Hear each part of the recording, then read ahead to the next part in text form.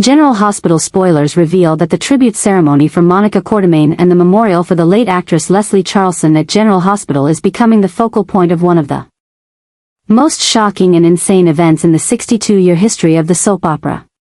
What was initially planned as a formal ceremony to inaugurate Dr.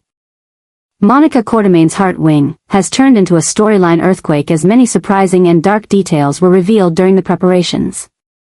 Jeannie Francis, who plays Laura Collins and takes a leading role in the memorial ceremony as the mayor of Port Charles, accidentally revealed in a recent interview with Soap Opera Digest some incredible script changes she only learned about a few days before filming. According to Francis, the production team discovered a secret medical file that Monica had kept for decades in a personal safe in her office at the hospital, only to be opened after her death. When I received the revised script pages, I had to sit down immediately. My hands were shaking as I read, Francis shared. What Monica did, what she knew, will completely change the dynamics of Port Charles.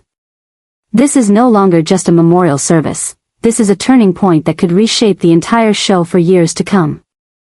According to Francis' revelations, these files were not just regular medical documents but contained evidence of a series of secret medical experiments Monica had conducted from the 1980s to recent years. These experiments, involving genetics and stem cells, were performed on many patients without their consent, including several main characters of the show. Even more shocking, the files contained proof of a mysterious biological connection between several top families in Port Charles, the Quartermaines, Spencers, Cassidines, and Corinthos. There are pages in the files showing that some people thought to be dead might still be alive, Francis revealed with a serious expression. And there's even evidence of a secret child of Monica's that no one knew about, a child born from one of her experiments and now living in Port Charles under a completely different identity. This rushed script adjustment caused the writers and producers to work day and night to integrate these shocking revelations into the main storyline. Frank Valentini, the executive producer of GH, is said to have held several emergency meetings to ensure these secrets would be revealed in a way that respected Leslie Charleson's legacy while also opening up exciting new story possibilities. The madness of the situation escalated when Francis revealed that the producers decided to include in the storyline a secret video recording of Monica's final confession, filmed secretly with Leslie Charleson before her death. This was a surreal and unprecedented moment in soap opera history when the line between reality and fiction blurred. Leslie knew her health was declining, and she worked with the producers to film a final scene, a message from Monica to Port Charles, Francis explained emotionally. It was a deeply moving and powerful moment as we stood in the hospital's meeting room, watching Monica, Leslie, appear on screen and reveal the secrets she'd kept for decades. Francis also revealed that every actor in the memorial service had no prior knowledge of the specific content of the video, so their reactions, whether shock, tears, or disbelief, were completely genuine. Valentini decided to keep the video's contents a secret to ensure the authenticity of the reactions. A bold move that resulted in one of the most emotional episodes in GH history. Jane Elliott's reaction as Tracy Quartermaine when she hears Monica's revelations about Alan. I don't think she was acting, Francis said.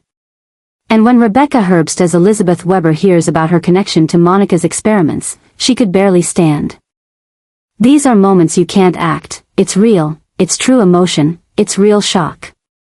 The new obsessions stemming from this memorial service are spreading throughout Port Charles as characters face questions about their true identities, their relationships with those they trusted, and people they thought were lost forever.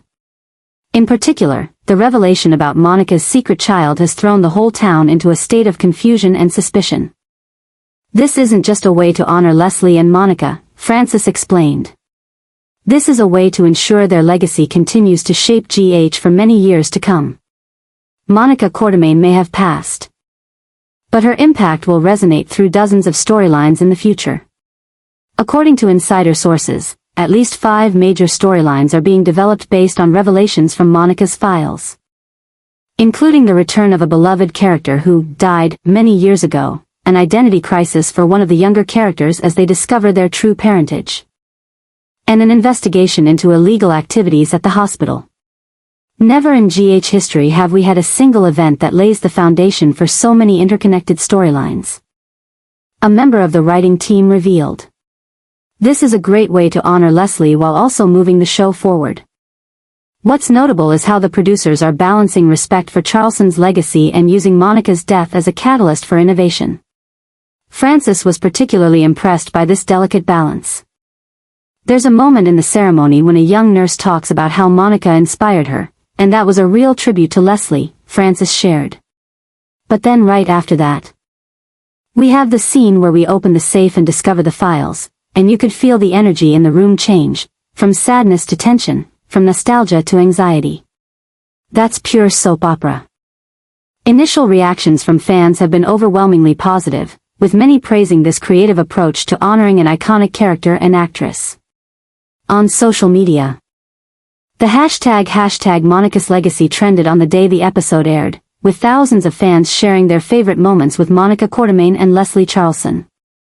As General Hospital continues its 62-year anniversary celebration, the memorial for Monica Quartermaine not only marks the end of an era but signals the start of an exciting new chapter.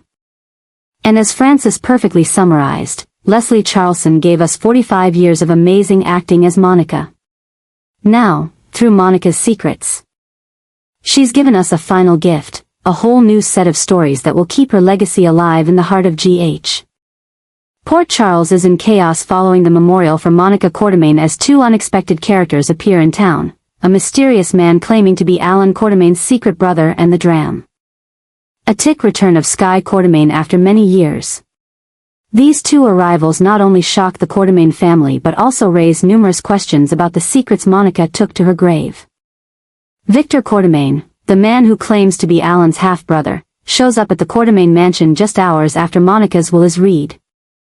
With a face strikingly similar to the late Edward Quartermaine and a stack of medical documents proving his blood relationship, Victor has created one of the most disruptive new developments in the power structure of the family. The most notable feature of Victor is his extensive knowledge of the Quartermaine family history, which only an insider could know, along with a ring identical to Edward's family heirloom.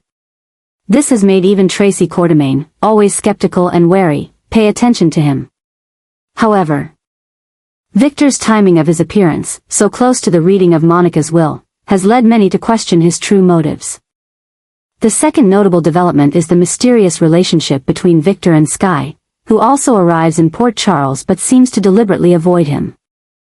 Skye returns with a different look, a new hairstyle, a more sophisticated fashion style, and an almost intimidating confidence. She claims to have received a letter from Monica before her death, asking her to return to Port Charles to protect the Quartermaine legacy from predators. The third and perhaps most concerning development is the reaction of other members of the Quartermaine family. Michael and Ned have openly expressed doubts, while Drew seems unusually friendly with Victor. Olivia appears to recognize Victor from somewhere but can't remember where, and Brooklyn has strange, tense moments with Skye, suggesting an undisclosed past relationship.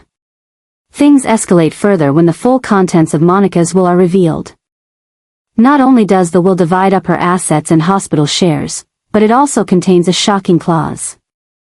Monica leaves 25% of ELQ shares and voting rights on the board to Alan's lost son, a person she only discovered the existence of in the final months of her life.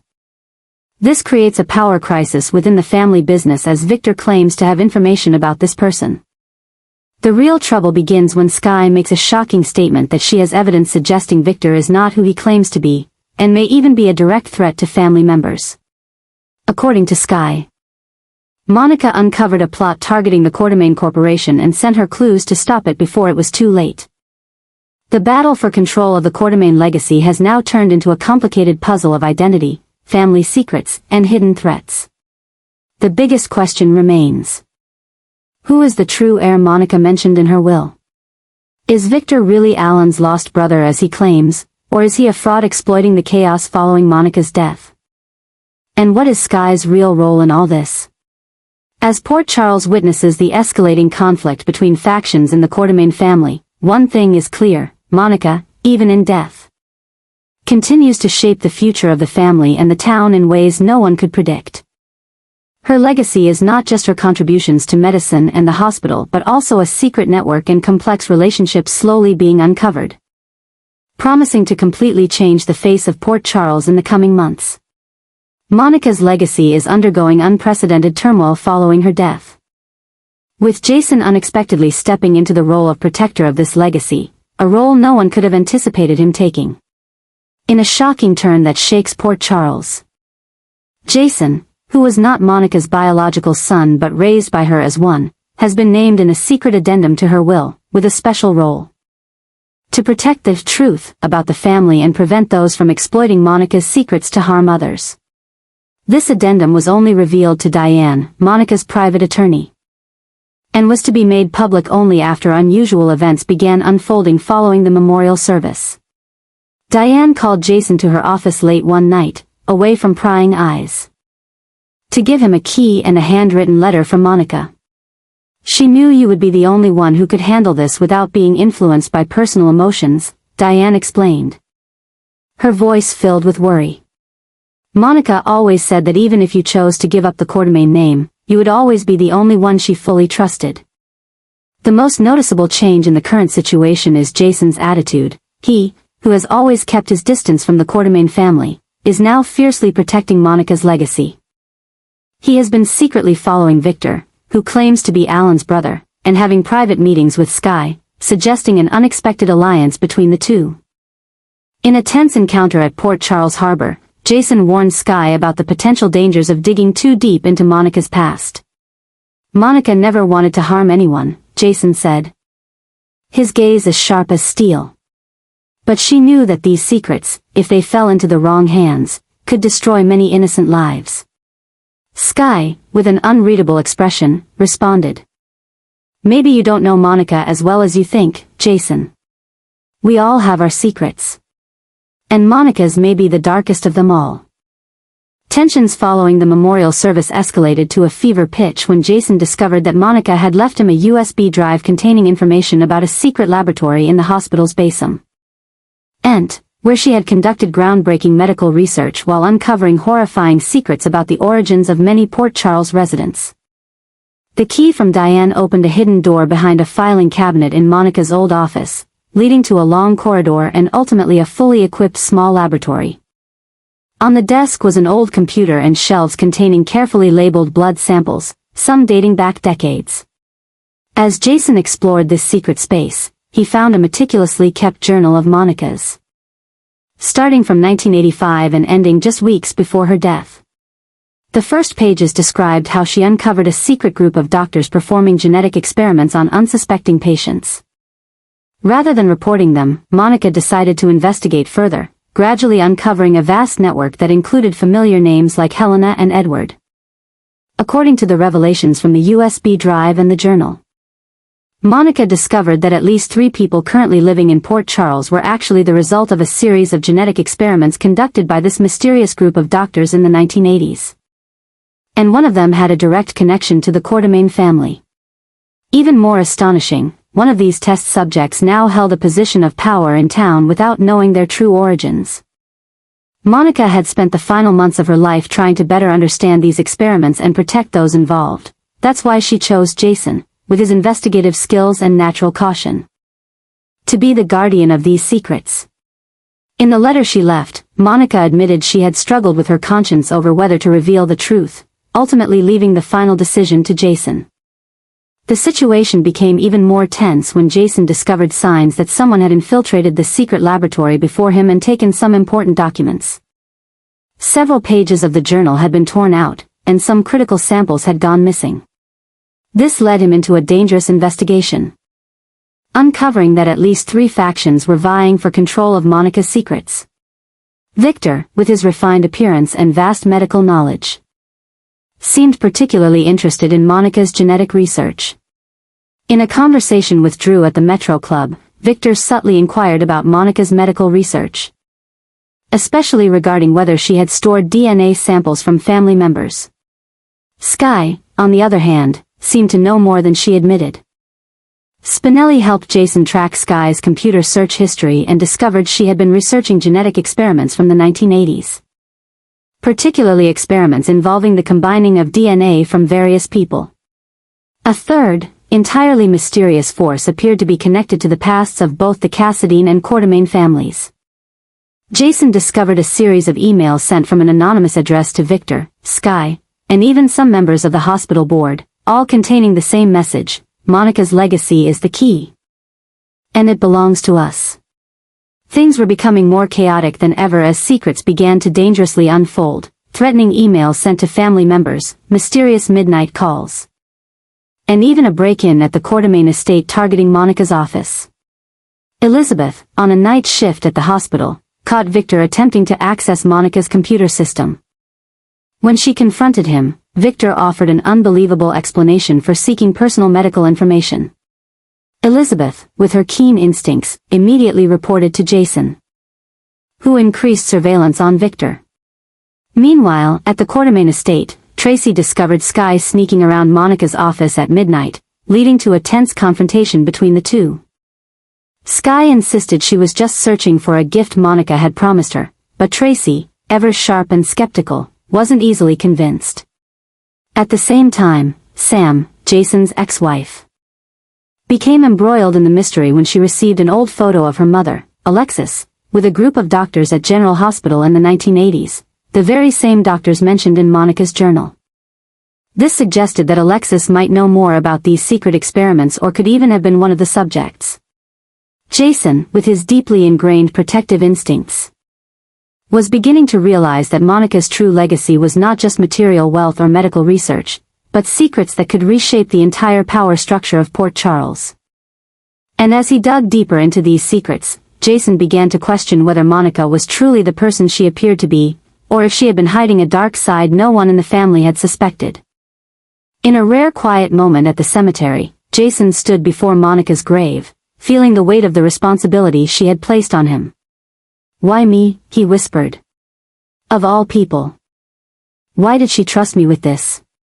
The answer was likely found in the final pages of the journal, where Monica had written, "Jason is the only one unbound by the Quartermain name.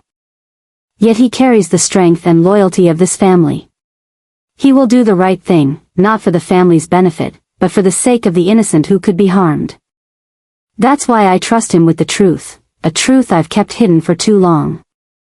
As Port Charles prepared for a major storm, both literally and figuratively, Jason realized he was standing at the center of yet another storm. One of secrets and conspiracies that Monica had predicted and prepared him to face. And as he pieced together the puzzle, a terrifying truth began to emerge. One of the people he trusted most could be the greatest threat to Monica's legacy and the safety of Port Charles.